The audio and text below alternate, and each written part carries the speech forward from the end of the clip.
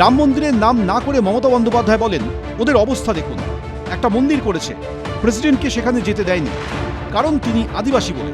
শুধু সময়ের অপেক্ষা, চৌঠামে শুধু আমরা দেখবো যে মার্জিনটা কত হচ্ছে, আর আমাদের সবুজ আবির খেলার অপেক্ষা, তারপর দিল্লি। ভোট ঘোষণার পর থেকে রাজ্যে একের পর এক আধিকারিকদের সরিয়ে দিয়েছে নির্বাচন কমিশন। মুখ্য সচিব, স্বরাষ্ট্র সচিব থেকে শুরু করে ডিজিপি, জেলাশাসক থেকে পুলিশ সুপার, পরপর রদবদল করা হয়েছে। ভ্যানিশ কুমারটা ওইভাবে না বলে পালিশ কুমার বলুন, তৃণমূলকে চরম পালিশ করছে। 40-50 জন অফিসারকে সরিয়েছে, এখনো তারা এলাকা ছেড়ে যায়নি, এমনকি যে জেলার এসপি কে নির্বাচন কমিশন সরিয়ে দিয়েছে।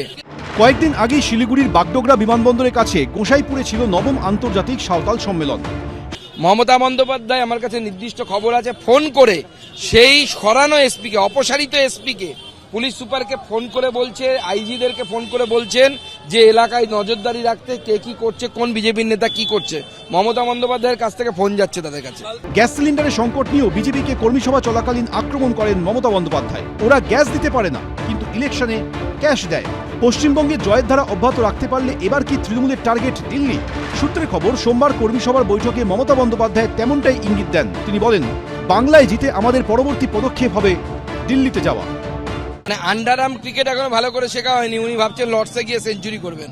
এ চলবে না, হবেও না। বাংলার মানুষ শুরু কর্মী সভা দিয়ে, এরপর প্রচারের ঝড় তুলবেন মমতা বন্দ্যোপাধ্যায়। সেখানে প্রচারে কি স্ট্র্যাটেজি থাকে? 293টা সিট মমতা দি দেখছেন, আর তার সিটটা দেখার দায়িত্ব কর্মীদের। 293টি আসন দেখে নেব সবকটাতে আমি, কিন্তু এটা দেখার দায়িত্ব এখানকার কর্মীদের। অনেক বিষয়, কারণ বিজেপি যেভাবে নানাবিধ প্রযুক্তিগত বলুন, ইলেকশন কমিশনের মাধ্যমে নানা রকম ছলচতুরি, সংবিধান ভেঙে, নিয়মকানুন ভেঙে, নৈতিক অনৈতিক বেআইনি নানাবিধ কার্যকলাপ